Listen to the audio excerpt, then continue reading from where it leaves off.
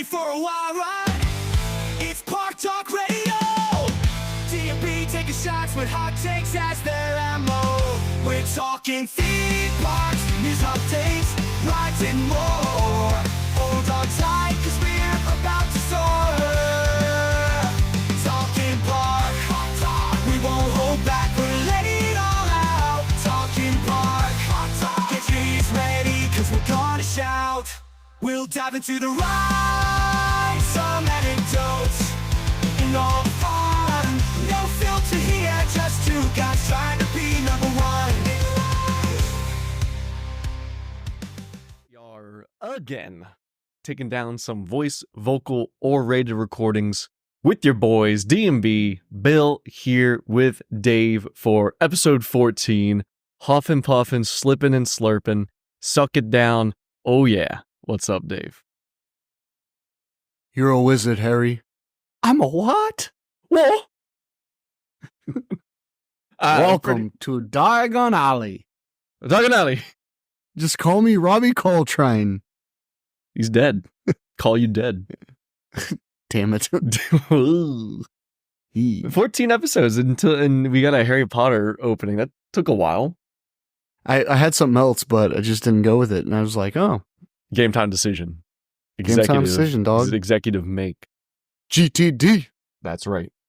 Here we are tonight, recording on May 2nd. It's been an explosive week on theme park news, especially today, with Universal's big drop on the third world reveal over at Epic Universe. And we'll get into that.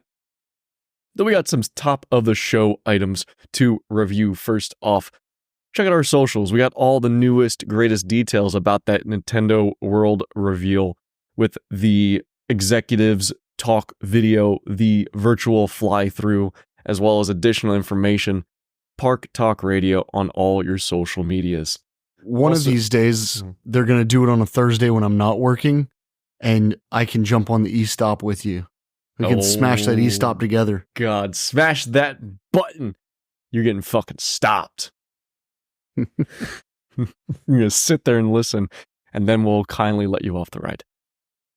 Yeah, I did record earlier today an additional e-stop, emergency stop podcast, small, short format of breaking news that we could not wait for a full show to get out to you on our normal Monday release. That comes out the day of, lightly edited, a completely clean version of the show, though it's a bonus episode, and will be listed as such on your favorite podcast app. So check it out, give us a listen.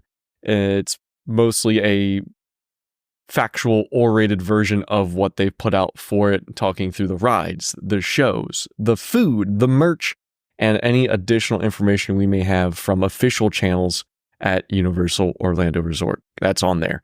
You can also send us an email, parktalkradio@gmail.com. You can also send us a text or voicemail, 407-490-2220. We'd love for you to chime in and give us a call or a text. Again, I'll put the offer out there. I'll mail you something free of charge if you want to share us your address. First person to leave us a nice voicemail that has content and was not begged by one of the co-hosts to do so, we'll get something mailed to him from the theme park cave here in Orlando. Oh. And still waiting for Dave to make good on his promised drunken call. Oh, God, I'm glad I didn't do that. Oh, you get a little buzzed up, a little crazy. Was it the NFL draft last week? Has it been the NBA finals? What's been going on in your neck of the woods? Because we had to do an early recording last week. I was up in Michigan, not for the draft. I didn't even realize the draft was going on when they flew me in there to go do an audit for my daytime gig. That was fun. The Ubers were insane. I haven't been doing much of anything, to be honest with you, lately. But just trying to survive. I know you haven't been doing much with me lately. I go to bed every night sexually frustrated next to you. Well, you know, the goose ain't jabbing you in the lately. back. The goose ain't been loose. So I know, not a single egg. No, I've been on this diet lately, dog, and I just don't. I don't want you to come out covered in chocolate, homie. Because lately it's been 7 times a day. So, Ooh. all right, we're way off topic. So, Oh God, fuck the Knicks. They won. The Sixers postseason has ended. That's why we got started a little late. I was catching up on the Sixers game, but yeah, it's been a good week hanging out in Michigan. Didn't get down to the draft as it was free entry, but man, oh man, the Ubers just to get there from less than 20 miles away was about $100 Uber from my hotel. I'm like, God damn, that's nuts. So I did what any good employee would do after the working hours: go down to a local tiki bar, chat up the bartender, and get free drinks. Well, see, with the draft, if the Steelers ain't picking, I ain't in it. I ain't about sticking. It. Yeah, that's right. And the Steelers consistently have a late pick in the draft, so I don't really First care. round, they were ahead of the Birds. Well, yeah, the Birds did better this year. Yeah, hell, man, the offseason and the draft, everything's been looking so much better so far for those guys. Oh, yeah.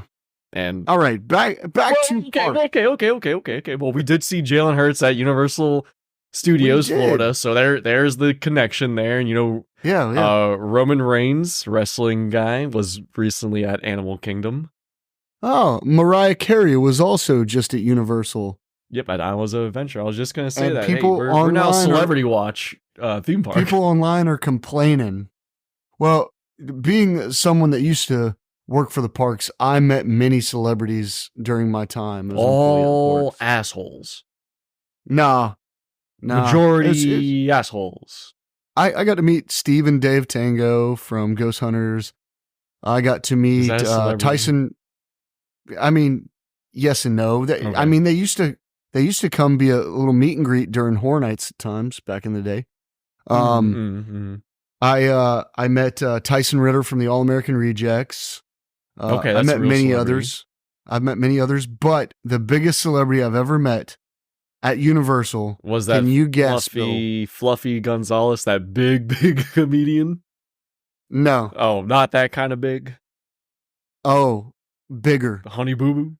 I met Honey Boo Boo and her mother at Universal.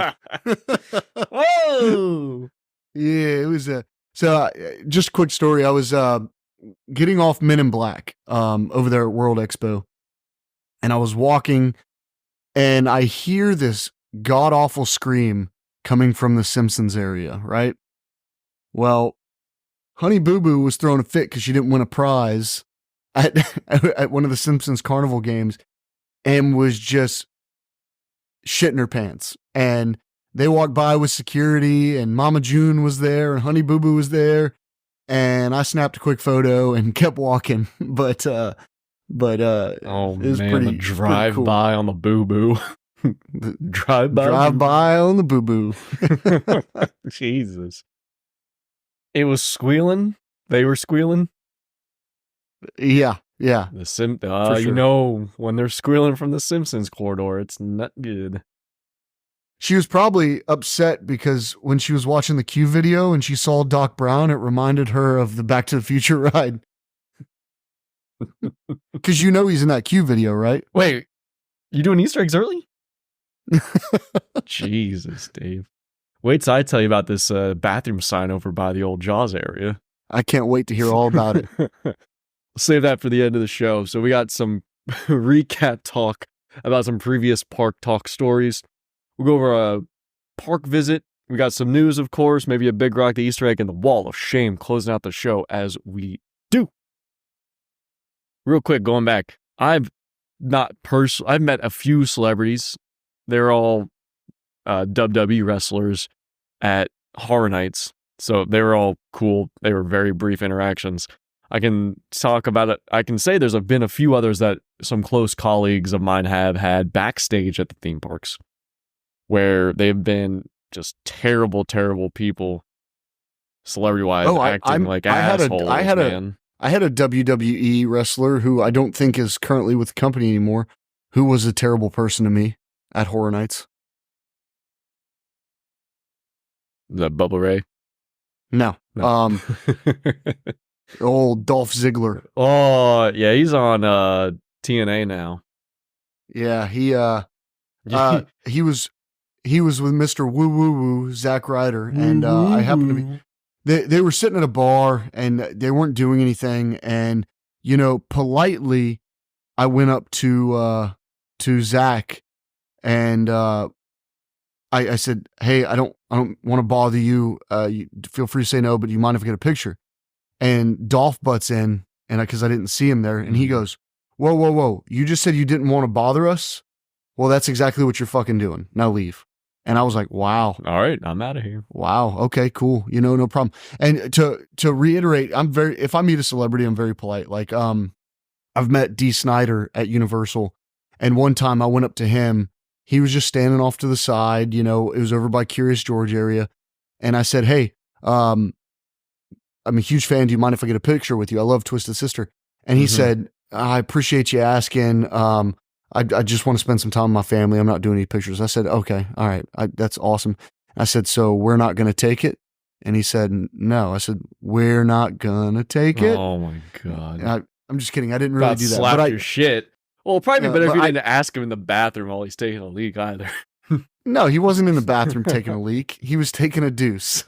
Oh, He was my taking mistake. You were peeking under the stall like a 2-year-old. He was taking a honey boo boo. No, but hey, Snyder, how's in that all boo-boo seriousness, coming? what a guy. I mean, he explained cordially that he was with his family and he wasn't doing photos, and I respected that completely. And I said, "Well, thank you so much for your time. Have a great day." Sorry, nerd. You're not attractive enough for my picture.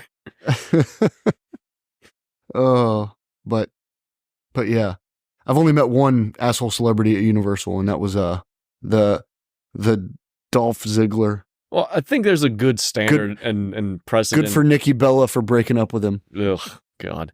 There's a good standard here. If you see a celebrity, just leave them alone. Don't sneak a photo. Take that as a personal little experience that you can have to yourself. You don't need to share it on social media. I can tell you, I truly couldn't give less of a shit. And a lot of people also couldn't. But if you're going to pander to the lowest common denominator, you know what? Sneak that blurry-ass photo from across the park of Roman Reigns' head on the back of his head. And I mean, if you're a huge fan, I'm sure a lot of these people don't mind you asking, but be polite about it. They're just human beings too. Sometimes they don't want to take photos, I'm cool just ribbing Dave or getting ribbed by him. Like, oh, would you see who it was? That's cool enough for me. Yeah. Yeah. So, Dave, your favorite topic that we've ever talked about on the show. I got more Smellephant news. All right. If we had any viewers, listeners, they're gone now. 3 episodes, 4 episodes in a row. As soon as they heard Smellephants again, they said, "Oh, turn that shit off." Fuck this, the Smellephants. Well, this is Park Talk Radio, not Smellephant Talk Radio. Smellephants, we have you come. Well, hold on. It's just for the big reveal of, hey, friends, episode 20, big 20th anniversary episode. You can play Sniff and Listen with Park Talk Radio. When you hear this particular phrase, go ahead and scratch your Park Talk sheet and smell what we're talking about. You might hopefully it's not Honey Boo Boo. It might be Honey Boo Boo. Could be Dee Snider's Doo Doo. Dave's Stinky Pit. My CBD burp. Who knows? Episode 20. Check your mail. It's coming. But the final Smellephants on Parade update over at Magic Kingdom here in Florida. At least until one of us goes and does a in-park visit of it and tests it out. Everything is fully installed. The final Smellephants have arrived on location, and Smellephants on Parade scratch and sniff activity in Storybook Circus in the back of the park is now officially open, running daily from 10 a.m. to 6 p.m. with new signage and some props and some nice pieces of added theming near the Storybook Circus Walt Disney World Railroad Station. And along with those, they have the final smells, and as we talked about previously, each elephant has a little platform that you can see the little open holes where the smells and stink will come out, be it the popcorn smell, the baby diaper smell, the oh no, I've been walking around in soaked shoes all day smell, as well as the official, we talked about cotton candy, snow cone, caramel apple, and then the final ones they've added here, Dave, we got bubblegum, Ew. churro, pink lemonade, Oh. and corn dog. I did hear the new Tron lemonade, Team Blue lemonade over at Tron was pretty good. Blueberry lemonade. I did not see that. I don't think this is going to be the Tron lemonade. This is a pink lemonade, and I don't see a single pink piece on the Smellephant of the lemonade stand. What does pink smell like? You know what it That's a good smells question. like. You know what pink smells. So the churro thing, churros are the biggest disappointment in the theme park world. That smell is so glorious. You get up there, you get your churro, and 99% of the time, they're stale. Stale, $10 for fried dough and sugar. Yeah. I mean, I think you would have appreciated the turkey leg Smellephant. I love the We want some smoked meat out there with the kids. Oh man, no, Put I your love kid turkey up there and legs. just have them smell like a leg all day, huh? But as soon as you said turkey leg smell, I forgot about was that last year at Horror Nights or the night before that I was walking around Nevada cadavering people with the turkey leg that I kept in my pocket for the entirety of the night. With tendrils and muscle just kind of hanging off. Yeah, that was last year. Shoved into your front butt like you got a 6-shooter ready to pop. Oh man, totally forgot about that. What about the roasted almond smell? That's some good smell. It's usually if it's the sugar almonds, yeah. I mean, it's usually a pretty good smell. I'm not a huge sweets guy, so that kind of doesn't do it. Well, all everything the way on for this me. Smellephant list is garbage. I mean, cotton candy, they don't even serve fresh cotton candy anymore. It's all pre-bagged, pre-made. It's not going to smell good. I get the whole Smellephants on Parade. They should have done, Pirate Water and Haunted Mansion and Soarin' and had it themed to different rides. I mean, but shit, they have the whole candle store in Disney Springs that has those smells contained already. Now, this is Scentsy, but big multi-level marketing, mom sale, door-to-door garbage. I'm sure they can find the technology to make the smell like every other candle company out there who's profiting off the sense of Disney and Universal. I'm all for the candles. They do give you a little bit of a reminder of the theme parks, but everyone I've ever ordered that all the reviews say, "Oh, it smells just like it." They never do. They never do. It's no good. It's no good. Well, and cotton candy is not going to smell like real fresh cotton candy because they don't own that. They don't make it in Magic Kingdom anymore.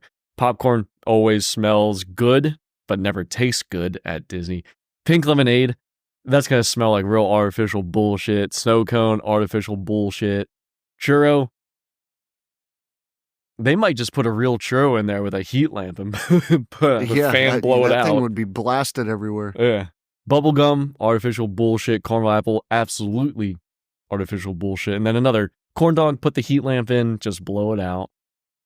Blow out your corn dog. So you can check it out. 10 a.m. to 6 p.m. Smellephants on Parade, Storybook Circus. I can't wait to go try it out and so I can talk about it one more time for Dave's pleasure. No, we're done. Oh, I'm sure I get a Dave single, even a Dave's double pleasure for one more Smellephant talk. Jumping over to the other park here, other big park in Central Florida, Universal Orlando Resort. They made an announcement yesterday, May 1st, as it's Butterbeer season, and that was supposed to close up today, May 2nd. In a unexpected reveal, they've extended Butterbeer season an entire extra month until June 2nd, as the Butterbeer Ice Lolly is now here available for purchase and enjoyment. I guess this thing wasn't ready to go and couldn't get here in time, and just before Butterbeer season is about to end in the 12th hour, Universal Orlando saves the day. They extended a I month mean, and come get your ice sure. cream. Why not? I mean, great from a business standpoint. I'm sure they make more on Butterbeer in a day than I do than I make in a year, you know? So why not? If you got the $10 product, ice cream bar. if you got the product, sling it. Slingin cream, Sling- selling dreams and slinging cream. That was our business pitch when we started up the show. The limited time Butterbeer Ice Lolly, and don't you call it a ice cream lollipop or anything sort of. This is an ice lolly, you uncultured Americans. Is available now, $9.99, available both in Diagon Alley and Hogsmeade. Until June 2nd, enjoy biting into a shell resembling a freshly poured mug of the beloved beverage to find a perfectly creamy butterbeer filling. If I hit the parks this weekend, I'll grab one. I would like to try it, but I'm not going to be there, so. If I'm there, I will do a live stream ASMR of me eating this thing. If this is popular, then it's just going to be just like the hot around. Butterbeer. It's going to stick around. Yep. Yeah, absolutely. And then probably figuring out the production line and keeping it around. I'm sure this thing will sell out just like many other limited offerings. Mm-hmm. It may be a few months, though it will return, especially in the hot season. I think next week, Central Florida and the greater area of Central Florida is going to be in the 90s. It's fucking here, man. I'm so sad. Yeah, we got a big heat wave coming from the southeast and a big cold front coming from the northwest. So storms should be approaching a lot of different areas. But Yeah. I think the park should be safe down further south because I think that heat wave is going to stay down there. So No, thank goodness. I'm so excited. Moving into some smaller regional parks over on the other side of the world. In Japan, they have Studio Ghibli Park. Makers coming from the animation studio making great movies such as Nausicaa, Howl's Moving Castle, Spirited Away, and more. They do have an awesome looking theme park that I do want to check out one day. Though they are releasing a new food item in their Valley of the Witches area. And what appears to be frogs. Now, maybe you've had a frog leg. I've had a frog leg. They taste very similar to a chicken leg, a little less meat.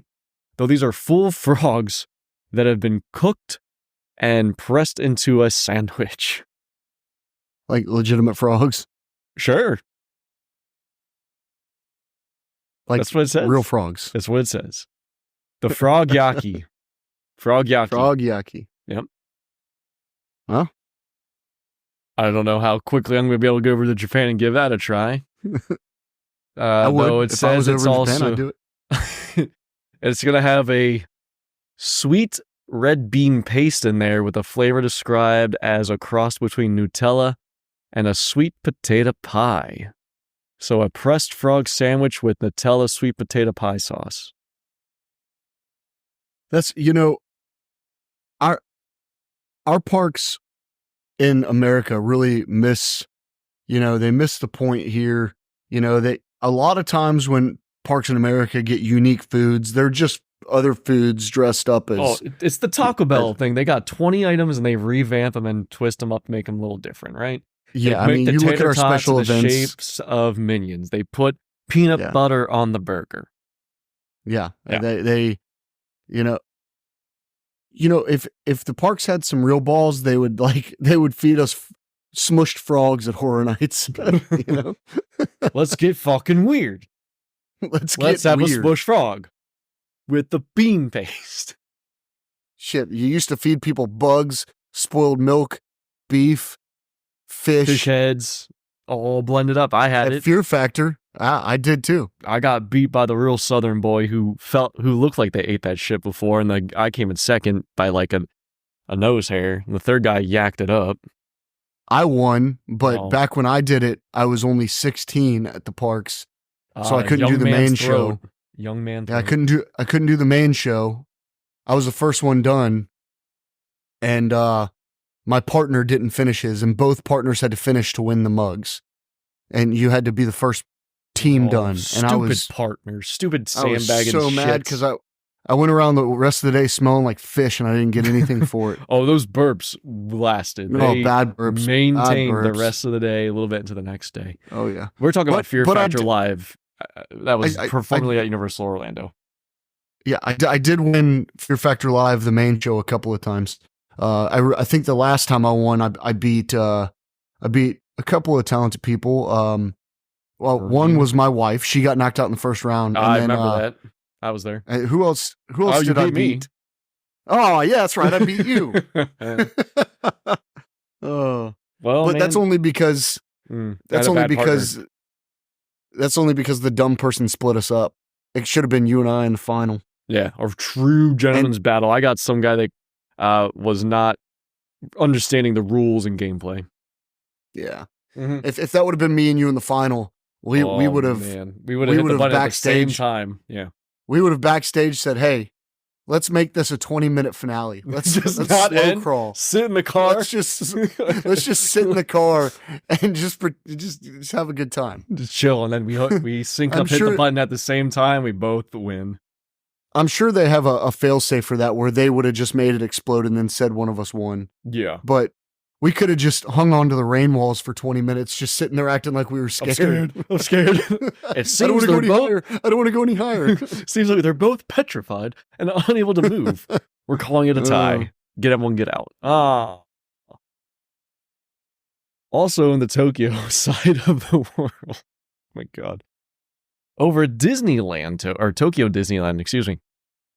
They announced late last week that there are closing down their Buzz Lightyear's Astro Blasters. I'm not sure which version they have, if it's the Magic Kingdom or Disneyland, where you can take the blaster and move it yourself without being attached to the actual ride vehicle, Ooh, like Disneyland. Most of me wants to say it's like Disneyland's. So where you have the gun on a No, gun similar to the Men in Black Alien Attack, where it's on a cord and you can move it around free use.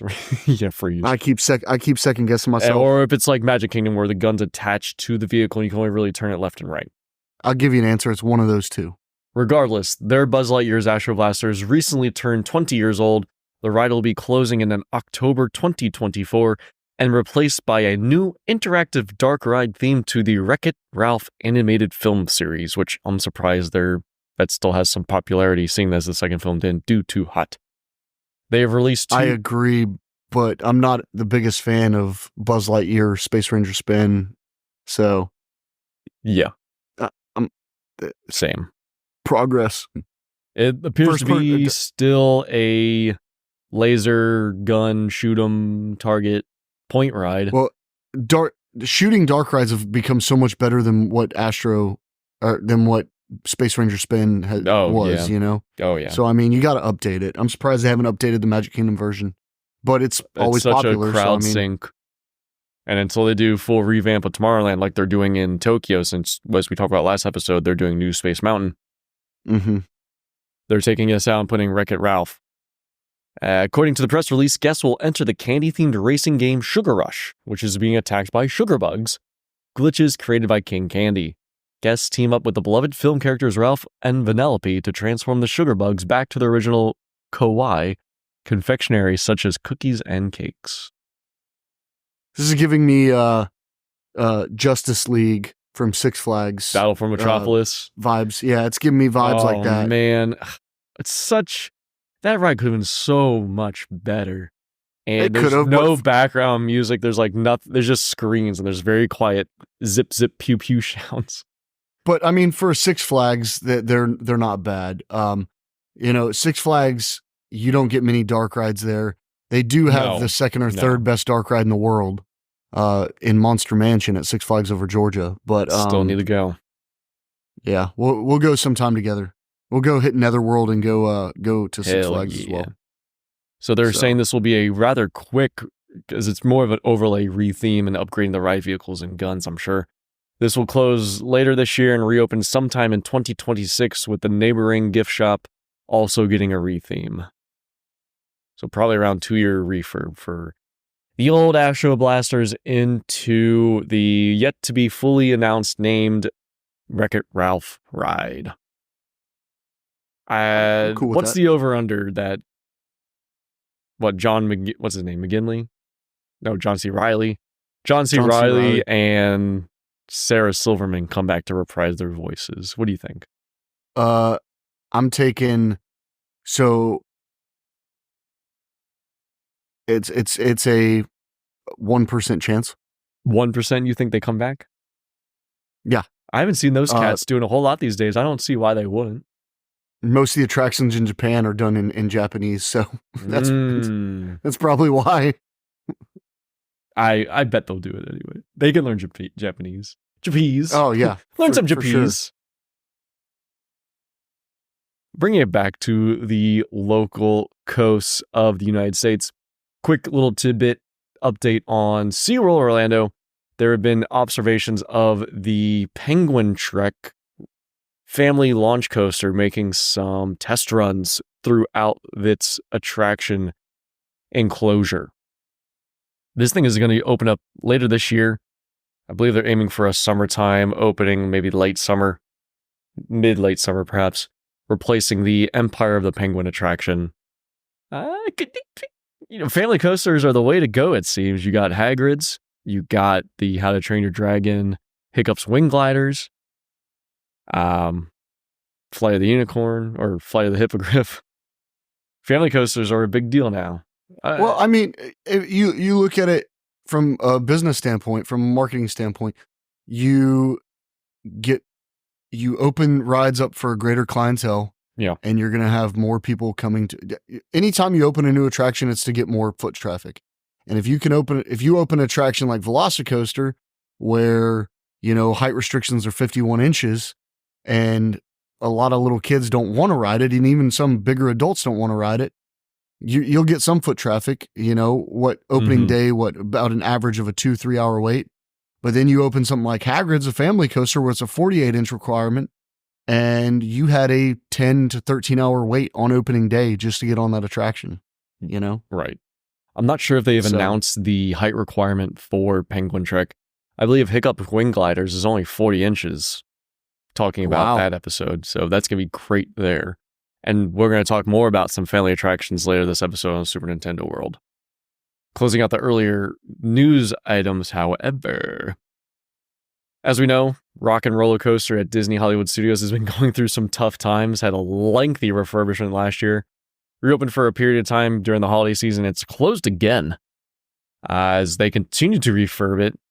As far as I know, Dave, and correct me if I'm wrong, I thought they replaced some track and did some complete redoing of some crucial ride systems during that first refurb. What they're doing now, unsure. And this news story pops up as on the official Disney World website at Hollywood Studios, it had originally said that the ride would reopen in summer 2024, though the summer timeframe had dropped off the webpage since then. I rode that attraction last summer. And to be, was it last summer or the summer before? Oh, one of the two, either 2 summers ago or last summer. And, the ride, even if they did retrack it and stuff, it's still, it's rough now. It's not as thrilling as it was when I was younger. It's a great indoor coaster, but it's definitely time for something new. So, or at least some refurb. Different overlay, different musician. Would that be enough for you? I don't know. I love Aerosmith. So I don't have a problem with that. That's very nostalgic. I've seen Aerosmith live.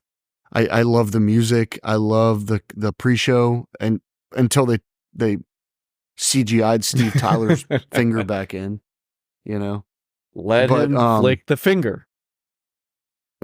He's giving the shocker. I know. Let him shock. But the coaster, the launch used to be so intense, and it was a fun attraction. But it's gotten to where, coasters have been updated and get faster, and the launches get more intense. So, I mean, it's just, It's not what it used to be. No, it's still going you to know? fit its role at a Disney theme park of not being something ridiculous. Yeah, I agree. No, I like the theme. It was one of my favorite parts of watching on the Travel Channel or at the Disney Hotel, showing the ride through video from like in a wide view format of just seeing the coaster travel through the dark and not being able to see the track rail as you clearly see it when you're actually on the vehicle. Oh yeah, and then they had the computer generated imagery of like Yes.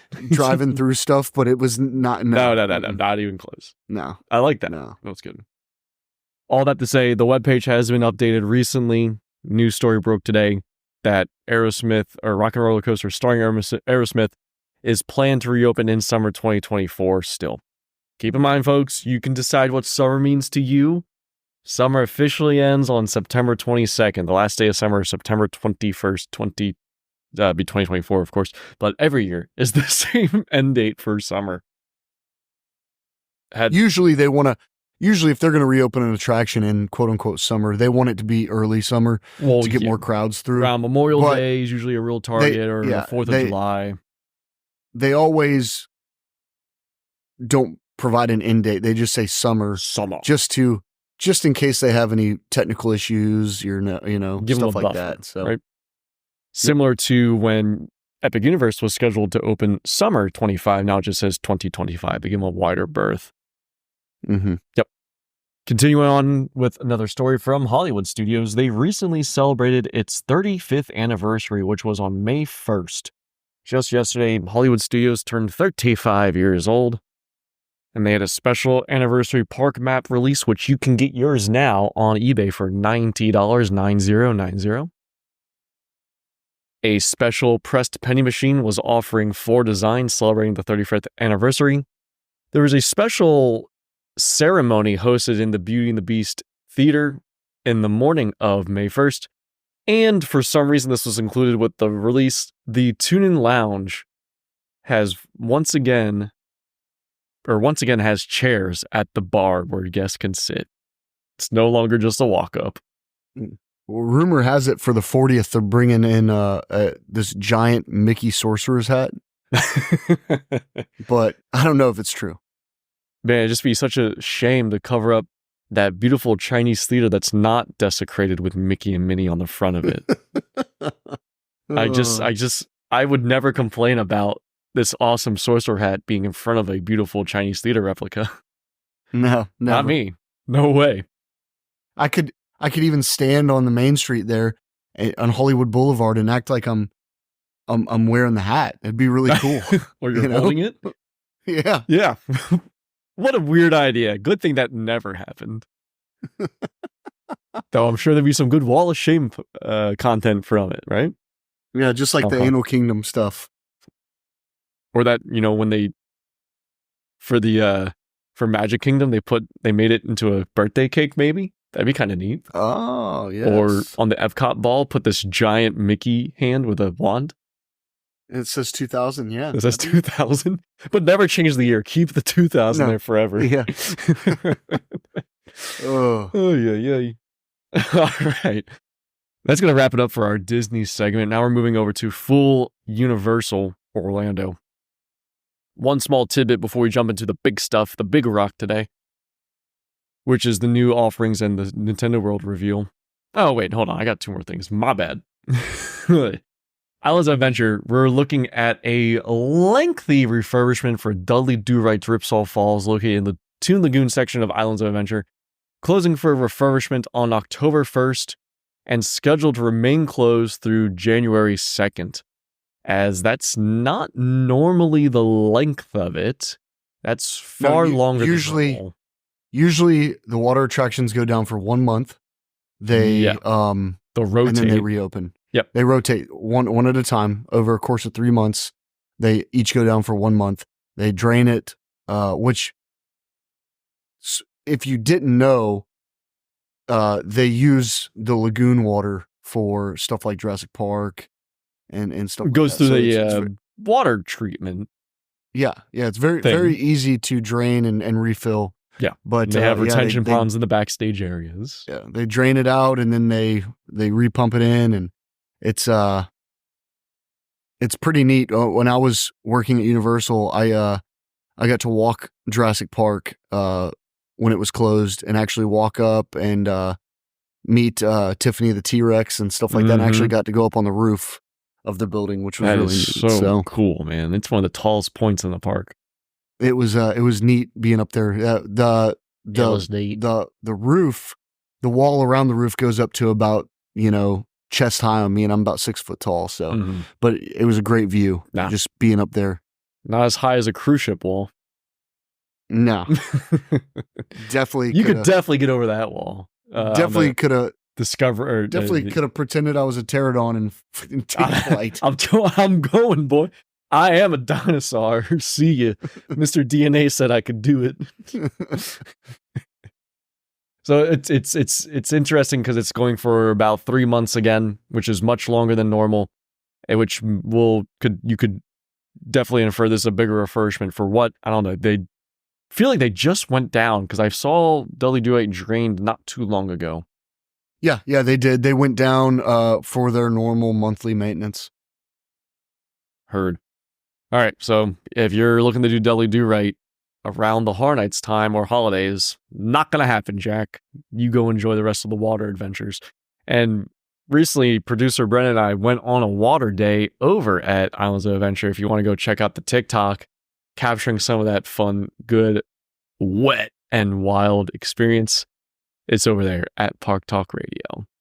All right, one more thing before the big stuff. Horror Night Nightmares, some good friends over there, known for their spec map releases for Horror Nights each and every year. They just dropped version 2 with some major updates for both Orlando and Hollywood. We're going to cover Orlando today. We'll do Hollywood next week. Though Universal Studios Halloween Horror Nights 33, though based on the already merchandise reveal, I believe they're going to be going with a yearly numbered release, or rather the year release, which is just going to say 2024 to have a marketing and merchandise alignment with Hollywood. We saw a lot of that last year already.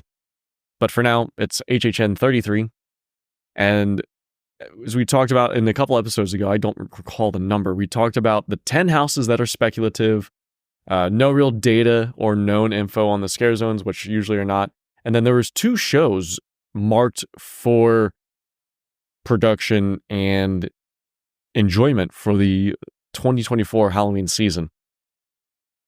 You can look at these spec maps, and they've been posted in the Facebook group already. We're going to talk about the version 2 and some differences between the two of them briefly here. You have your map pulled up there, Dave. Yep. Right. So I'll go first. Soundstage 23A. Yep. First one on your left. We're going to go in a counterclockwise fashion. Yep. So this is the first one you walk into the park on your left. This is South America with flowers. Is that what those are? Flowers? I believe those are flowers. Yes, those are flowers. I believe the Hollywood map has something different, but we'll talk about that next week when we look at the Hollywood map. So what I'm going to do is I'm going to describe the symbol, and I want you to say the first thing that comes to mind. First 2 things that come to mind, or first one thing that comes to mind. Okay, so for the South America with flowers, what do you got? Monstrous. Yeah, I mean, that's obvious. Let me again, I didn't preface this time like I did last time. Horror Nights, speculation, rumors, and talk, and what we know behind the scenes is one of the very few things we'll talk about rumor-wise. Everything else is going to be factual or press release official lines. Horror Nights, it's a little different. We treat it with a little bit more freedom. And here's the thing. If we have a symbol on Horror Nights and we've been informed by somebody exactly what it is, we're not going to come out and say and provide that information. We will sit there. Speculating is fun, but we're not going to spread rumors that we have been told from sources and stuff like that. Right. But, that's kind of an obvious one, is Monstrous. Well, yeah, such a successful house over in Hollywood last year, and it's capturing all the cryptids and supernatural beings of South America, which we can not include the Chupacabra, because house was trash. Fuck that guy. But there's some other really cool effects. very gory, a lot of smells and scents. I really feel this is going to be Montrose since it was so great and so popular. They're going to bring it over here, and I am jazzed about that one. Sure. And the last time they brought a Latin haunted house over to Orlando, it was great, and that was La Llorona. La Leona. La Llorona. Better than that movie that came out afterwards. Yeah. But you continue on, and you get up to they changed it. The production stage, the Soundstage 22. It is Soundstage 22, but the entrance is at the Mardi Gras stage or whatever the that Music area is Plaza called now. Music Plaza. Yep. This is a symbol with the hair of Bride and Frankenstein on a stick figure. Could be a stick figure. It could be a stick figure. Could be the female symbol. But yeah, same thing. Stick figure, sure. And this replaces the skull with fangs. These both had the film reel icon next to it, which means it's an IP or intellectual property. It comes from a movie or movie series. Now, this is clearly Bride of Frankenstein, but it could be additional or all female Universal monsters. I'm feeling could be. I don't. I don't know if they're gonna do another. A couple years ago they did. Bride of Frankenstein Lives. They did Bride of Frankenstein Lives 2 years in a row. They did it in 2020. Oh, right, because that was a Horror Night shutdown, and then they brought it back in 2021. So I don't see them bringing back another Bride house. The house just ruled, Bride. though. I prefer Tooth Fairy. Well, Tooth Fairy, look, the facade was great in Tooth Fairy. I like the scares. I really love the story of Bride of Frankenstein Lives. Yeah, the story was great. Next one, plexiglass. Without the plexiglass, yeah. So next one you go up. Next one you go up. It is the Jimmy Fallon entrance, Soundstage 23B. Same as last map. Same as last map. Cadillac with a symbol. Everybody go. First thing come to mind. Ghostbusters. Continuing on, you have the entrance next to the turn at Rip Ride Rocket and Ghostbusters firehouse facade. Yeah. Yep. This is also an IP, and I believe this is Soundstage 24. I believe this symbol moved from a tent to a soundstage, and it is the speaker with the no symbol through it. So first thing that comes to mind, sound. I think we already talked about it. Quiet Place. We're still on Quiet Place. People there's been chit chat about some Silent Hill, which I guess you could interpret from the symbol. I'm going to say Quiet Place is my bet. Same. Yep. Continuing on next to the tribute store entrance, Soundstage 24B, you have instead of a lollipop, it is now a candy wrapper. So, obviously probably the same thing that we speculated before, a Mr. Sweet's Revenge house. Because sometimes Horror Nights is known to take scare zones that did pretty well and put them into houses. And vice versa. They did it with Trick or Treat. They did it back in 2010. In 2010 they had a scare zone called Saws and Steam. The next year in 2011 they had a house which was located in the Jaws queue. Mm-hmm. Awesome. I believe that was the last ever Jaws queue house. No. Yes. No. Yes, it was. Last ever Jaws queue house because Jaws closed January 2nd of 2012. So it would definitely be closed by then, yes. Yes. Coming up to Fast and Furious, we have an unknown original. So which it was an unknown IP, is now an unknown original. So your guess is as good as mine. I'm going to go with unknown. The guy from the Willy Wonka experience. Oh, the unknown. Willy Wonka. Willy Wonka. The unknown's in there. Don't you go. Coming up on your first show. In the Diagon only Alley, show now. No. Oh, sorry. Shows. It's not really a show. It's a Death Eater's experience. Death Eater's experience. Yes, that's for sure going to be in there. Continuing on to your next show, which I will not be seeing. There's a flame, and it's in the Fear Factor Auditorium. Might be Nightmare Fuel. Maybe it's a condensed 30-minute version of the great movie Backdraft. I would love that. I would go see it. I don't know. continuing on to the entrance next to Nightmare Fuel, which had been bugs eaten alive and a couple other things. This goes back to tent 3, The new tent. which is a new tent. And this is an original house, and it is a popcorn bucket. First two things come to mind, or first thing that comes to mind? Because this is a new symbol. Right. This replaced the Quiet Place no sound symbol, which moved up into the front of the park. This is now an original instead of a film IP. First, a couple things, of course, you always think about the Usher 2009 icon from the Universal Palace Theater. Can also maybe be, it can also be the director or Slaughter Cinema, since we're moving away from icons. Yep. My first two were the Usher and Slaughter Cinema. Those were my two guesses. This could be a whole new original that we've never seen before. Who knows? But those are the things it reminds me of. I haven't heard any rumors about it or anything like that. Continuing on, and I'm pretty sure first thing that comes to mind is going to be the same for both of us on this one. It's going to be an entrance right next to that entrance, which is new.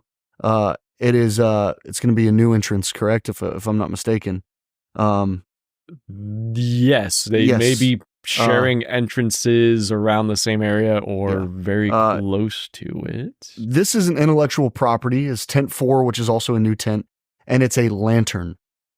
First thing that comes to mind, if not first two things. Lantern, maybe. Is there a lantern in Insidious? There is. Well, that's probably what I got for you. I can't think about it. I don't know. I thought we were gonna have kind of the same kind of mindset here. This is wishful thinking, and it's probably not gonna happen. But years ago, Halloween Horror Nights Hollywood did an Undertaker house, and what if we could be seeing a Bray Wyatt house? Oh man, The Fiend. Maybe. I mean, The Fiend's really fucking cool. And it's very popular. I mean, that's a huge possibility. I doubt it because I don't think WWE is going to allow that. But definitely the first thing that popped to my mind. So, well, you never know. WWE's under new ownership. The Rock's one of the big stakeholders. Maybe, who knows? I guess we'll see. I mean, it's other than that, I can't think of any IPs with lanterns. So, and then moving on over to tent 2, which is going to be an entrance right on the other side of Men in Black. This is an original house, and it is a black and white house with a chimney on the black side and a roof on the right. And a roof on the right. I have nothing that comes to mind. Yeah, I mean, this is probably the same house that moved from the first Spec map that was a skull that was black and white, but now it's a house. Duh. Oh, yeah. It's very yin and yangy. The window. Yin and yang, the window is white on the black side. The window is black on the white side. So very yin and yang. Maybe some sort of J horror house. Possibly, Demon Slayer always up in the air. But it is an original house. Yes, an original house, absolutely. So no clue. And our final one. No clue. And our final one is also going to be a tent entrance over by the Men in Black gift shop, pointing out that this year it doesn't look like we'll have any entrances to any houses over in Kid Zone. So, according to the spec map. With the new DreamWorks land opening this year, which we're about to talk about next, and how they're readjusting some entrances, it may not be viable to cut through ET come August. This goes back to tent 1, and it is a small stanchion like you'd see at a museum with a picture of the Eye of Ra. We could be looking at a museum house, which we kind of neat. The museum comes to life like horrors and wax. Yeah. Could be, I don't want to say it's exclusively like an Egyptian house, but that could also be still cool. Similar to the Greek mythology house could be an Egyptian mythology house. Well, it appears that this symbol did replace the bull symbol from the previous spec map. So yeah, which the bull symbol, I don't think we had too much for it anyway. no. And if you are following along at home, you'll notice a absence of the Nightmare on Elm Street IP. The It's sleep gone. well symbol is gone. It's gone. So those are our houses. That's what we are talking about. So what we're thinking. If you have any input, feel free to share it on the socials. Engage with us. Let us know your thoughts. Or if you have an inside scoop, we'll always take those. and for those also following along, the scare zones are in the exact locations that they've been the past few years. No new scare zones. The back of the park is going to be empty as it has been the past couple of years, besides the show and the house entrances. You're going to have some food booths basically between Central Park and Simpsons, the Simpsons Bridge. Last year, if I'm not mistaken, they didn't even have any food booths on the bridge like they had in previous years. Nothing on the bridge. I mean, they had the Chucky booth or some food booth right by the Back to the Future train. So not even in Simpsons. There must have been a change, or with the contract ending, they can't have anything in there anymore. The chainsaw clowns are naming around. Even during Mardi Gras, there's been no food booths in the Simpsons area, on the bridge. And of course, you don't get anything in London. And also, as we talked about, when they released the number of houses and shows and scare zones, they only said one show. So, right, what could have been interpreted as a Harold and Kumar pop culture show in the Animal Actor stage is gone. We are at 10 houses. The split is 6 originals, 4 IPs, 5 scare zones, of course, in their normal spots.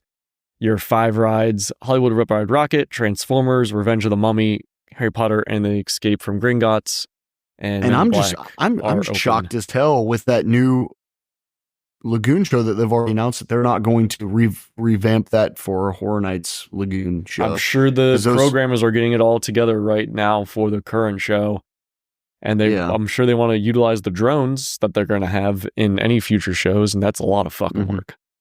So that's your Spec Map V2 update. All right, time for the last few segments of the show. Big Rock is the Universal offerings, the new announcements and releases. First up is the summer 2024 Universal Orlando Resort offerings. Seize the summer.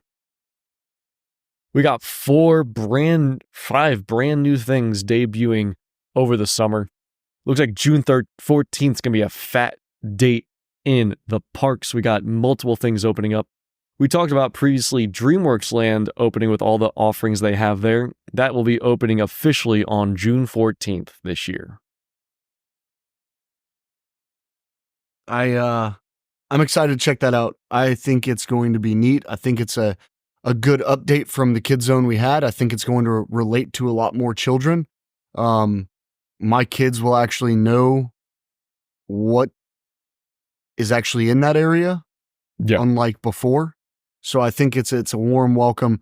You know, people have been saying for years they need to update the kids stuff at Universal, because a lot of it is you know, with Toon Lagoon and Woody the Woodpecker and you know, Curious George. It's a lot of stuff that is outdated to kids. So right, you're getting Trolls. Was it Gabby's Dollhouse, Kung Fu Panda, Shrek?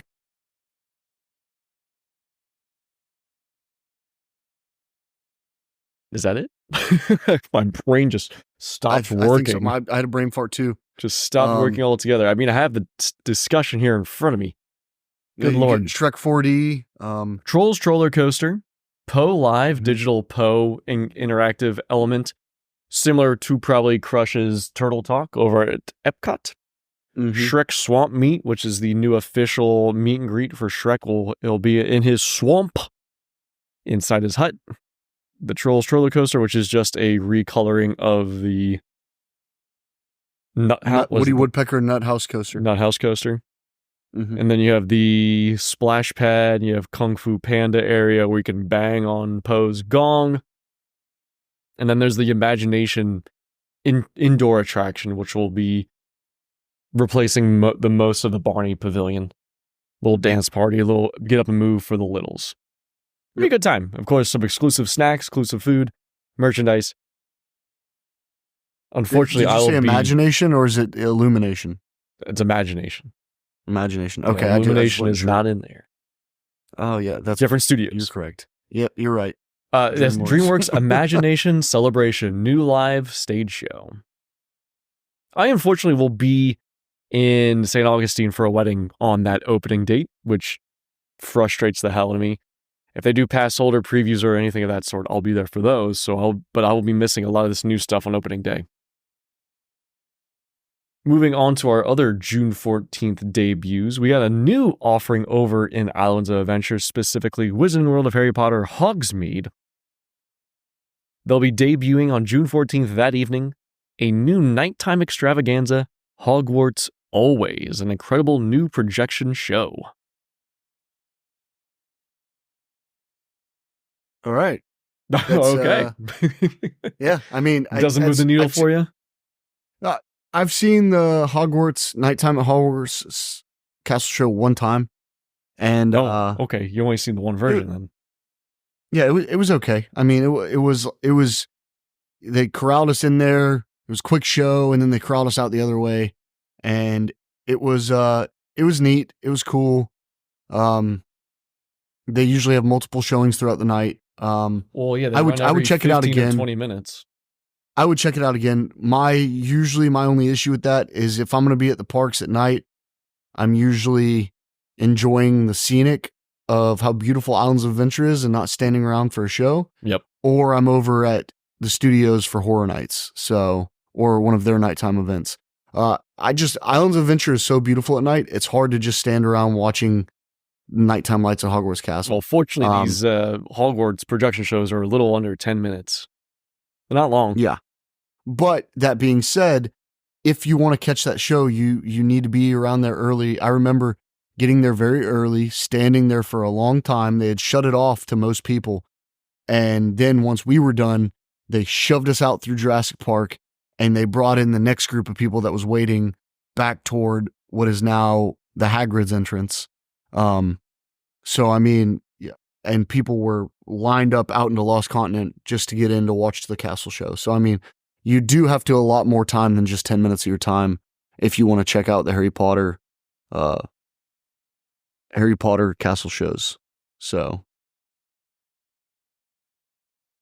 Absolutely. You know, they've had previous ones in the past, nighttime at Hogwarts, and they had a holiday version for Christmas. And then, of course, they also had a dark arts one that ran for a limited time. Now, I'm not sure if we ever got that here on this coast. That was over on Universal Hollywood for sure, and they had drones. I'm pretty sure the dark arts ones is the one that I saw. I don't think they had drones, though. Gotcha. Well, hold on, I'm just trying to grab this last piece of detail here. Select nights guests visit the Wizarding World of Harry Potter, Hogsmeade, and delight in the nighttime extravaganza Hogwarts Always, an incredible new projection show that will take guests on a journey through iconic moments of a school year at Hogwarts, all set against the majestic backdrop of Hogwarts Castle. Again, as Dave mentioned, get there early if you want a spot, as there's some not great sight lines from all around the land of Hogsmeade, and that's because they want to save that big reveal of the castle if it's your first time walking in there to be hidden in the landscape of it. But if you want a good spot and see it, you want to be on that bridge that connects Hogsmeade to Jurassic Park, or be within that castle grounds. And again, the show's is less than 10 minutes or so, and it runs every 15 to 20, just enough time for them to reset the fireworks. And for this new version, the show will feature 4 different endings, with each one celebrating a different Hogwarts house, and culminate with a colorful pyrotechnic display. Fans should also listen for dialogue from beloved characters like Professor Dumbledore, Hagrid, the Sorting Hat, and many more throughout the show, which there's not usually a lot of dialogue during these things. It's more of hips and hollers. More about the projections. Yeah. All right. The other three more summer experiences coming along. Next one that debuts on June 14th is the Sensational. And now, Dave, you tell me how you would say this. It's C-I-N-E, like cinephile, cinema, and then sational. Is it supposed to be the play on? Should be cinesational or sensational? They're just spelling the sin like cinema. Is it spelled C-I-N-A? C-I-N-E, sational, but the C-I-N-E is like cinema, like the movies. It's sensational. Sensational, Not right? sensational. Sensational. You sound like an idiot, right? Yeah. Yeah, okay. Sensational. I want to make sure when I was listening to someone else say it, like, you're saying it fucking wrong. You sound dumb. Sensational. It's a play on the word, right? Yeah. Sensational and symphonic spectacular. We've been covering this a little bit. The construction of the new Lagoon show. Here it is. Sensational, a symphonic spectacular, opening June 14th in the Lagoon of Universal Orlando, or Studios Orlando, rather. The waters of this lagoon will come to life with an all-new nighttime show featuring Harry Potter, Fantastic Beasts films, Jurassic World, Jaws, Shrek, Ghostbusters, Trolls, Back to the Future, Universal Monsters, Transformers, How to Train Your Dragon, E.T., Fast and Furious, the Super Mario Bros. Movie, Minions, The Mummy, and King Kong. A lot of great IPs in there, and then you have Fast and Furious tagged on. So, for me, this is, if I had to rank my nighttime Lagoon shows over the last 12 years, I'm taking our most recent one, and that's third. It didn't have enough for me. It was quick. I mean, it was cute, but it was quick, and it was just Potter, Transformers, Jurassic World, Fast and Furious. I don't know if I'm missing any others. E.T. E.T. It was cute. It was quick, but my number one is Cinematic Spectacular was just so glorious. When I think of Universal, I think of Ride the Movies. And when they did Cinematic Spectacular, they highlighted so many movies, and there were so many famous quotes from so many famous movies just drilled throughout it. And Morgan Freeman was the voice of it, and it was such a great show. So this one, as of right now, it's going to rank second on the three. It sounds like it's got a lot more, options to go with. But when I think of Universal, I think of Ride the Movies. I think of all the classics. I think of everything, and, I just really enjoyed Cinematic Spectacular because it was a 5-second snippet of all these different movies, So, but this one sounds a lot better than the one we just had. So I'm excited I need to quit saying so. But so buttons. You didn't like the Universal 360 Cinesphere Spectacular? Dude, I can't even remember watching Cinesphere. Ran from 2006 to 2011. I can't even remember it, to be honest with you. It had Back to the Future, Apollo 13, Jaws, Jurassic Park, and E.T. I mean, I just don't remember watching it. I know they used the Cinespheres for Sweet 16. Yep. I remember that. For Horror Nights, but I don't remember watching the normal nighttime show. So gotcha. Yeah, this one looks super cool. A lot of great IPs and content to review here. This next level Lagoon show will feature 228 fountains, more than ever, reaching heights of 131 feet, which is not quite the World of Color. I think there's like triple the amount of fountains, and they go double that height. Yeah, but it's a way bigger lagoon. Space though, way more space. A lot more space. Yep. Using incredible 4K projection mapping and original composition featuring newly arranged scores for each scene, and there'll be more than 600 drones in the sky coming together for breathtaking displays of unforgettable cinematic moments, which is more than any other theme park has utilized for drones. And a lot of money. Yeah, a lot of money. Like they're the big boy, like IBM drones. Yeah. It's more than the Disneyland Paris. It's more than Japan. It's going to be more, I believe, more than what Disney's about to release this month at the Disney Spring Show, which is crazy. Disney and Universal within a month of each other, both for the first time releasing drone shows here in Florida. The final summer offering, at least the big one, is the Universal Mega Movie Parade. Now, this guy does not debut until July 3rd. And beginning on July 3rd, some of the most beloved stories from Universal films will leap off the screen, land on the streets of Universal Studios Florida for the Universal Mega Movie Parade, the biggest, longest, most immersive and interactive parade Universal has ever done, including IP usage of E.T., Back to the Future, Jaws, Ghostbusters, Jurassic World, Minions, Sing, Trolls, and Kung Fu Panda. And there may or may not be Nintendo, not sure yet, but it's going to be 13 brand new floats. Nearly 100 performers, including dancers, skaters, stilt walkers, poi performers. No idea what the poi performer is. Poi is spinning fire. Oh, shit. But they also, sometimes people, when they spin poi, they're just the light up balls. That Probably light up balls. Yeah, it's definitely not the fire spin. But that's what that is. Other kinds of performers. The balls in the chain. That'd be still cool. It's integrated. It's awesome. And many other special effects along the way. We see in the park they're doing construction on some of the lighting, speakers, and other pieces of the parade route to incorporate this brand new experience debuting July 3rd. Guests will watch in awe as they see the massive 16-foot Stay Puft Marshmallow Man atop the Ghostbusters float, the colorful Catterbus and giant rainbows on the vibrant Trolls float, a live marching drum line performing the iconic movie score of Jaws alongside a float themed to the film, and for the epic finale, which I believe this is pulled from Universal Shanghai, a gyroscope, raptors, and fierce Tyrannosaurus Rex aboard the Jurassic World float. And so much more. That was at USJ for a while. Oh, sorry, Japan. Well, yeah, the raptors would get off the float and stuff like that. T-Rex is on there, and then the gyrospheres are on the ground moving. Yep. So cool. It does not sound like we're getting Harry Potter, which I really want the Hogwarts Express float, because that thing is banging alongside the parade performers who are pushing the trolley carts around. Yeah, but their show was a nighttime parade. So this is going to be a daytime parade. Yeah, theirs was nighttime, and it looked really cool. Now, I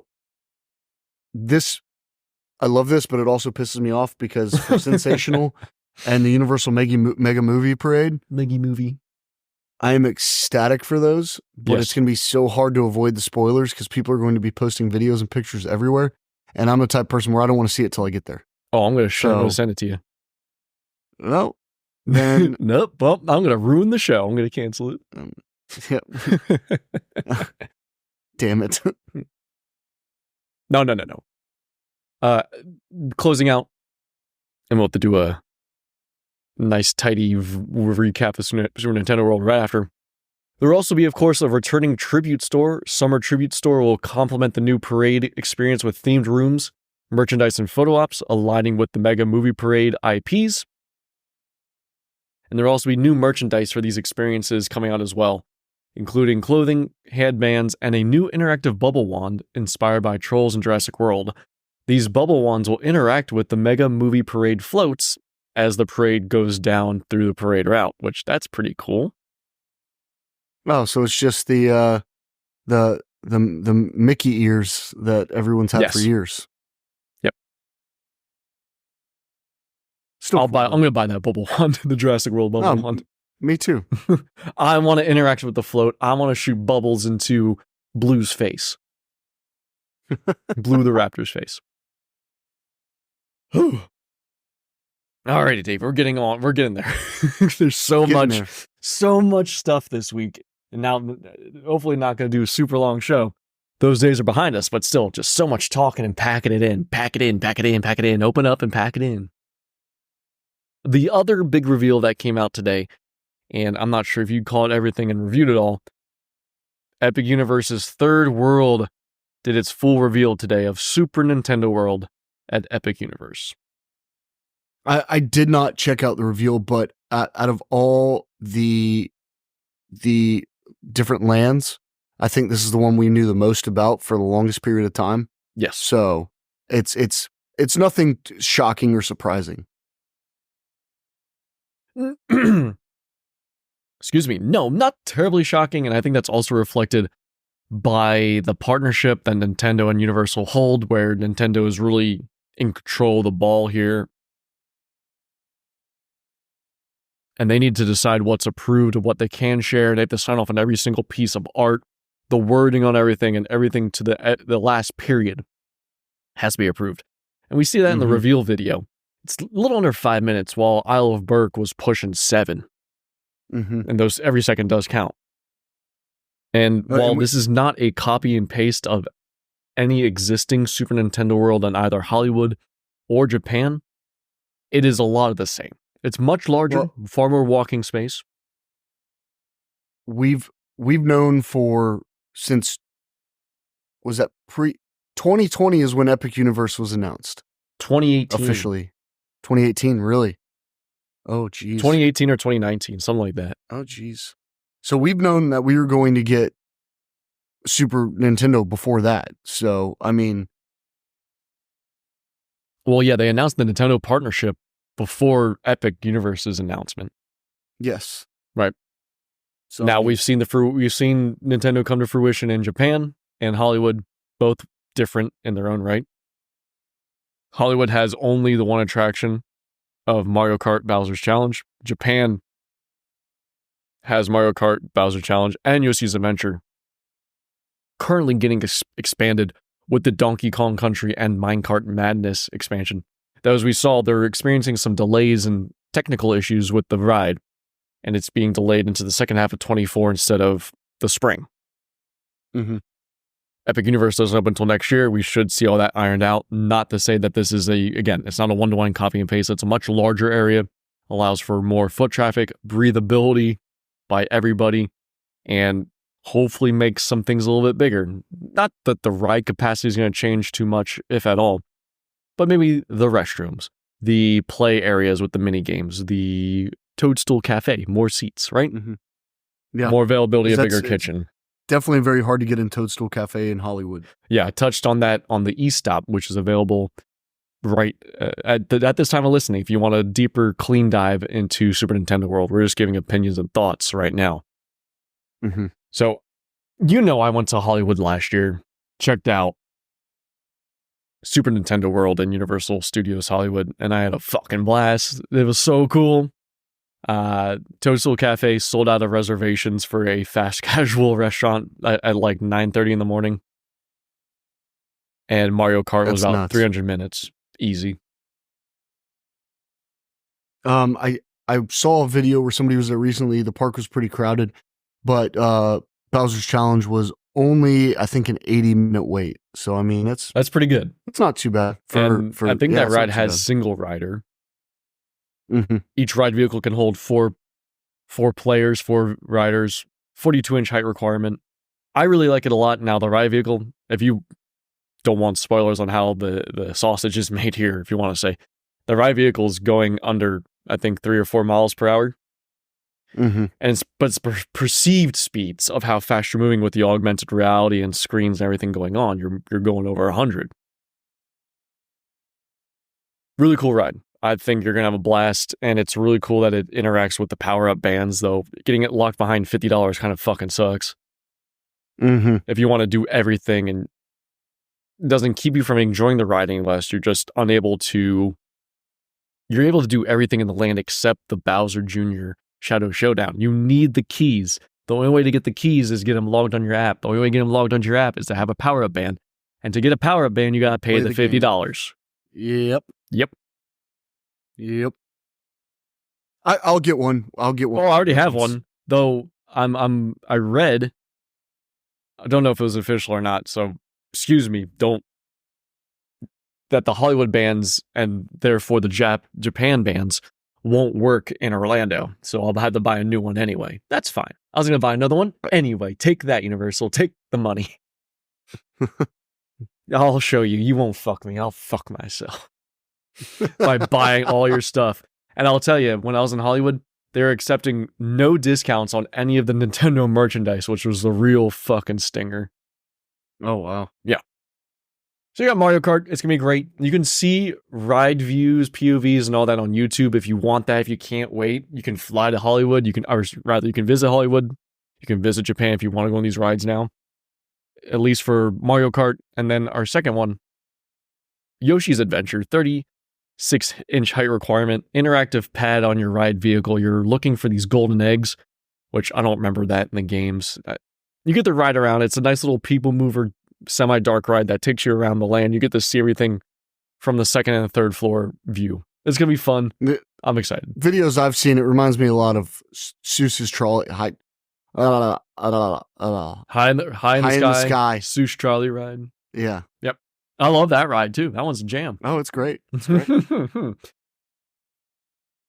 So you take a ride on the Yoshi's looking for glowing eggs. Your power-up band will interact with it. And you get to click on the little pad on your ride vehicle lap bar. I found an egg. And then Yoshi does his tongue thing, and it gets weird for everybody real quick.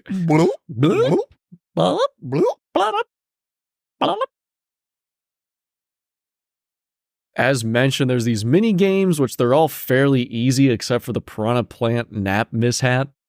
Now, I did this in Hollywood. I got enough keys to do the special game, but the Piranha Plant, I failed it. Even with 4 of us, we weren't hitting the clocks fast enough to put him back to sleep. And the team member was like, nope, you didn't win. And we all said, really? He said, nope, get back in line if you want this one. And we already waited 30 minutes to do the stupid mini game. So you go ahead, you pay your $50, say, all right, I'm going to have a great day in Super Nintendo World. What can I do? Oh, look, this mini game is not that long of a line.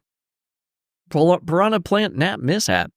I'll give it a go. There's 4 of us. We should be able to do this no problem. There's like 8 or so little alarm clocks you got to smack to put them back to sleep. You didn't win. What? No key. It's crazy. I remember when Hollywood first opened, they were very good about helping people win the games, but I guess okay.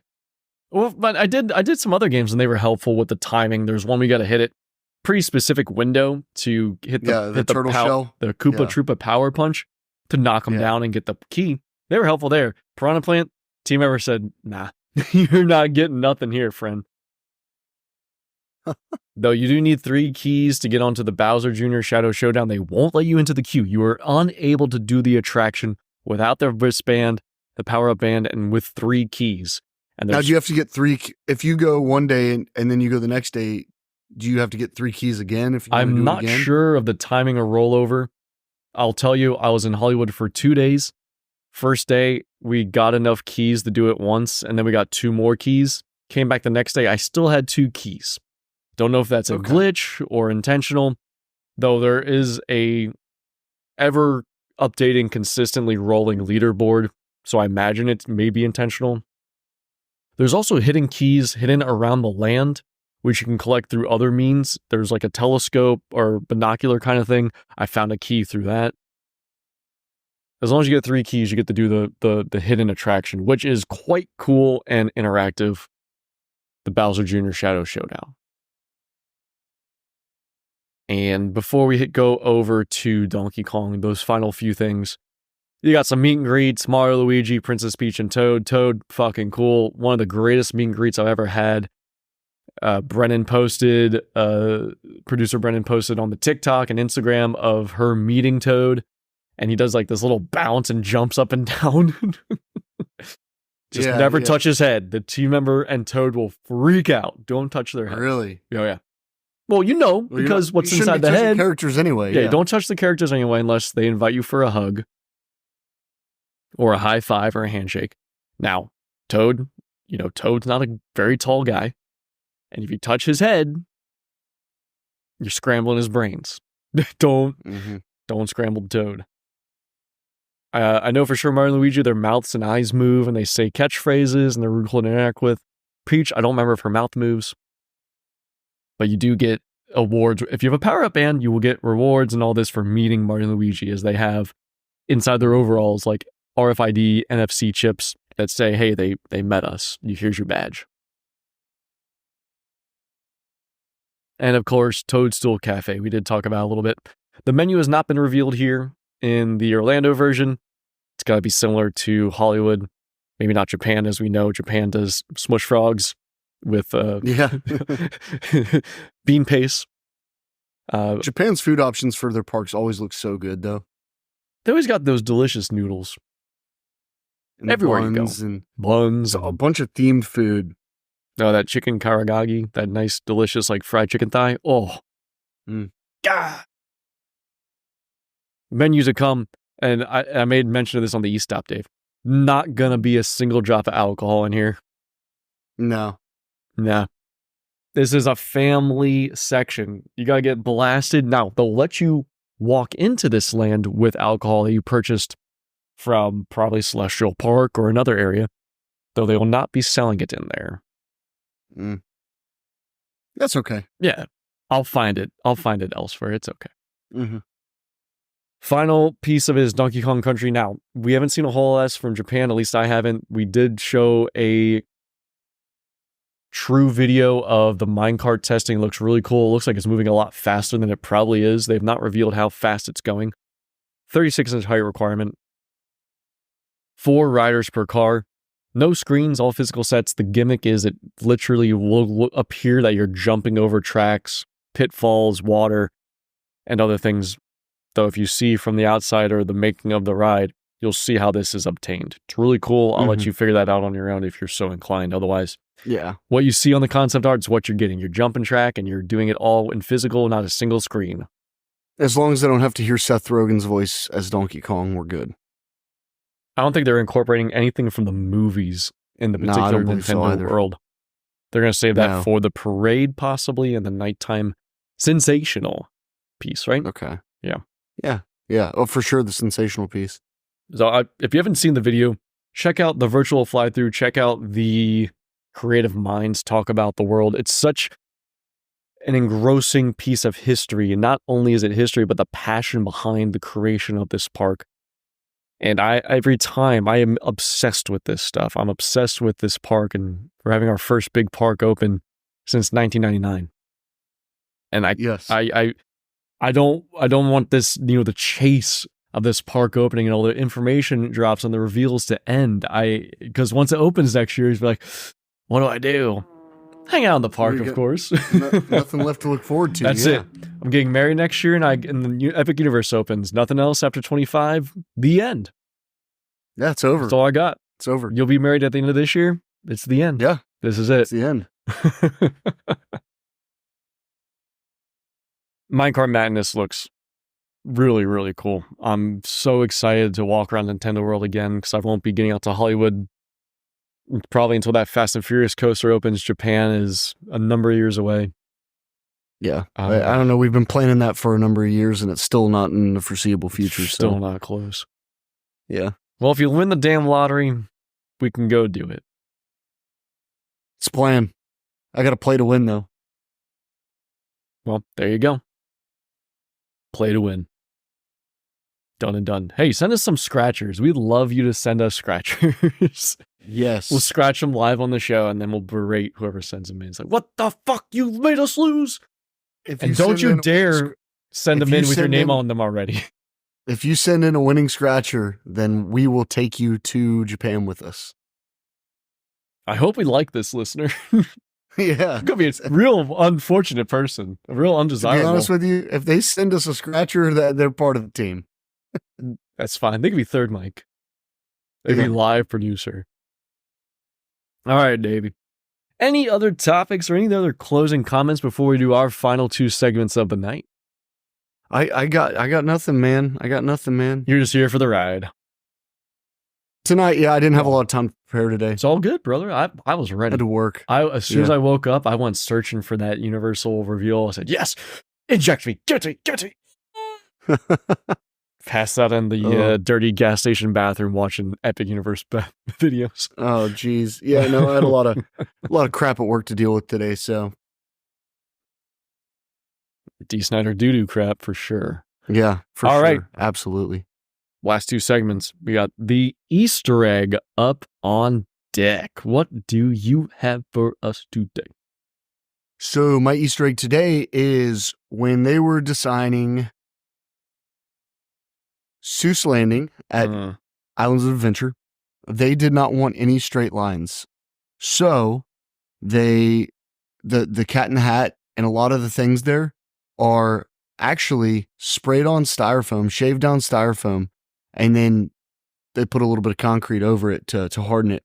But it's styrofoam because they didn't want any straight lines in Seuss Landing, just like the books. And the palm trees that you find in Seuss Landing were actually bent and recovered after Hurricane Andrew and placed in the parks, so they would be all curvy and interesting looking. It's great that they repurposed the trees like that. Yeah, It's pretty neat. it is neat. That is neat. I can't wait to get the soundboard. I'm gonna have neat, some other things on there, an American Eagle screaming. We The definitely great need a stuff. soundboard. Oh yeah, that's what's gonna get us the listeners. They just won't stop using the soundboard. Big fart sounds, a siren, that whom sound from the Christopher Nolan movies. Wah. Yeah. Oh. Whew. What do you got for me for an All Easter right, egg? I got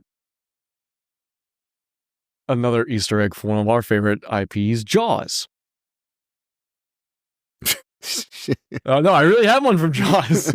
Okay. So as you know, over by England, where Jaws used to be, Yep.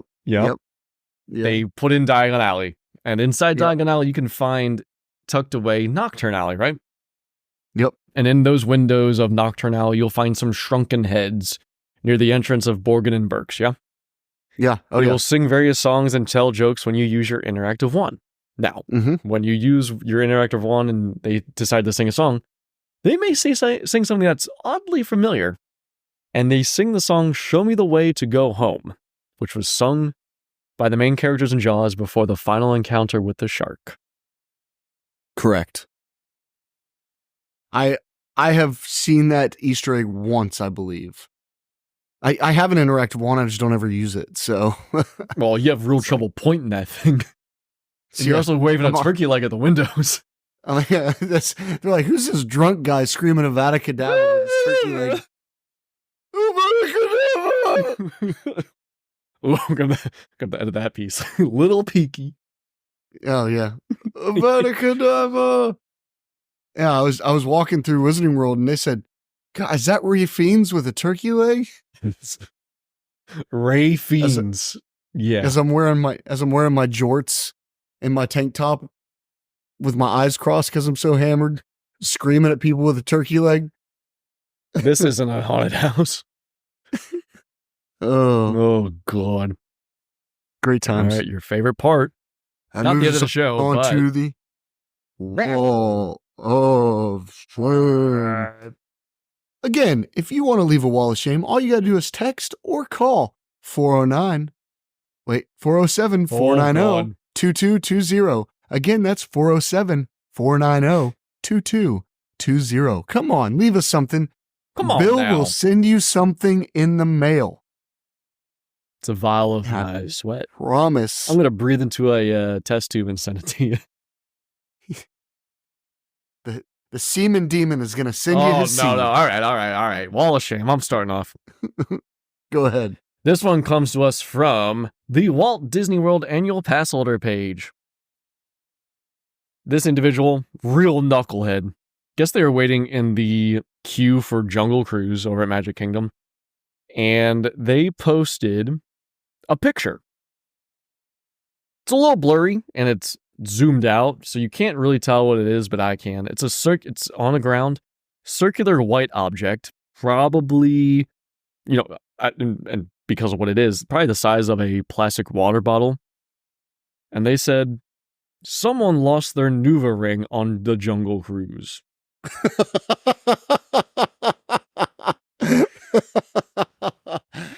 Are you fucking kidding me? How would that even... First off, how would that even fucking happen? And second, no, it's not even what it looks like. For listeners that don't know, which I'm assuming most of you do, a NuvaRing is a female contraceptive device that is inserted in the cervix of a woman's vagina. Better, and you know what? Oh my First God. thing I think of when I see this circular, full circle, not broken, not shaped like a NuvaRing, circular white object way too big. Someone lost their NuvaRing on the Jungle Cruise. Okay. God, there's plastic on the ground. It must be a NuvaRing. What the fuck? It clearly is, Dave. The fucking little plastic top, that little the anti-tampering ring from a water bottle. Oh my God. And the comments are no better. Oh my God. Look, Daddy, a wristband. Oh my gosh. Looks like that's all they lost. And these people are enabling this bullshit, this shameful posting. Shit. I knew I felt something drop out of me. Oh my God. God, on a Disney Passover page. Yeah, trash. I mean, absolute shameful trash. I mean, that made for a great laugh, so that's probably my favorite wall of shame we've had. But come on, man. No! Oh my God. No. Wrong. Shame. Shame. Oh, fuck you, shame. Well, as always, I think I'm going to send you to bed pissed off. Oh. And you know, I've been holding off on this, but I think it's time because we're hitting that time frame. All these people that are, and I quote, "Why don't we have any house announcement yet? We had house announcements this time last year. Why don't we have any? I'm going crazy. I need a house announcement." Do you people not realize that the glory days of Horror Nights, we didn't get house announcements until August 31st at midnight? I like those times. Staying up late with you, doing a live discussion of what's happening. Remember doing that with our friend Cole Carboner? Yes. For those that weren't there, we literally crashed websites because everybody would sit there at midnight hitting refresh on their fucking computer over and over and over. And, you know, so they used to do a build up. There used to be some sort of games that would kind of hint at what was coming, you know, or blurry photos, or great build up websites that go over the entire summer with interactive games. Yeah. They would build up to it. And then at midnight, they would drop everything. And sometimes it was it wasn't just, oh, here, it's on Facebook. Oh, here, it's on the website. It was there. At one point, they had a giant video reveal. You know, I remember 2011 specifically when Patrick Brayard was strapped to Lady Luck's wheel and read out all the houses. You know, it was something to look forward to. And it got you excited all summer because all you did all summer was speculate, talk with people, like count down the days till the reveal, you know?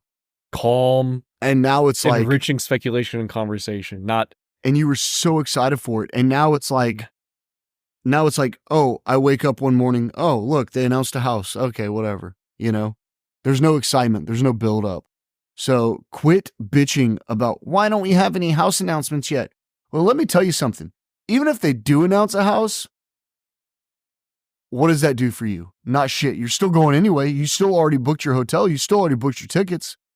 Why hear the houses now and then be like, why? I have nothing to look forward to anymore. Stranger Things isn't there. I'm not going. People that want house announcements now are the same people that were the assholes that snuck into their parents' closets to find Christmas presents. You know? Oh, that's perfect. Perfect now. Why ruin the surprise? You know? Right. If you're not fully ingrained into the Horror Nights culture and you start looking and talking about it before the current event's not even over, if you want to know what the houses are, you can go find pretty much what they are right now. Yeah. It's fun to speculate and talk about it. If you want to know, you can find out. If you don't want to know and you want to talk about it, there's also those outlets. If you just are sitting there whine crying, I can't help you. You simply can't. And what you've done is correct, Dave. I'm livid. I love every week I get to go to bed fume, steam, angry. Here, pissing off. God, I'm pissing. I'm pissing everywhere. I'm pissing off. God, pissed. Piss in my mouth. Well, we did Pee on my some butt. good tonight. Did some good tonight. Yeah. Did some good. Did some good. Tit some good. Although people aren't going to listen to us being pissed off about this, and they're just going to do it anyway. That's I'm gonna right, get that's even right. more pissed. Next time I see Part of the it, game, I'm man. going to comment, be like, "Did you not listen to Pork Talk Radio this week, you son of a bitch?" Hey! And that will bring us to the end of the show, friends. Just like Dave will do in pure anger, seething. Share with a friend. Let them know about Park Talk Radio. We got the goods. We got the stuff. He's got it. He has it. They are it. At Park Talk Radio across the socials. parktalkradio@gmail.com for your emails. And 407-490-2220 for your texts and voicemails. Hope you have a great weekend. If you're catching the Kentucky Derby, the Kentucky Derby or Cinco de Mayo and is celebrating. Hope you enjoy. We'll be dropping this, of course, on PTR Monday while you're listening. Dave, anything else? Yeah, just keep staying tuned. We have some good plans coming up for you guys. Oh, yeah, we got a really cool thing in the works right now. Hopefully we have some cool things for you guys to listen to. And I think if you guys hang around, you'll be deeply rewarded. Deeply rewarded. We'll hit your spot. So deep, you're going to be so deep, it's going to touch your Nuva ring. And we'll see you on the Jungle Cruise, Nuvering Park. Bye-bye.